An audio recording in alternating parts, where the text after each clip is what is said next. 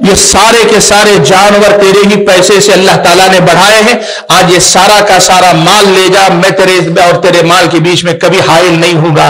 کہا اللہ تعالیٰ میں نے یہ نیکی تیری رضا کے لیے کی تھی اور تم اس سے راضی ہے تو اس چٹان کو ہٹا کے غار سے مجھے باہر نکال۔ اور آپ کو معلوم ہے اللہ نے 3 لوگوں کی دعا قبول کر کے یقینی موت سے نکال کر ان کو زندگی اللہ تعالیٰ نے عطا کی تھی۔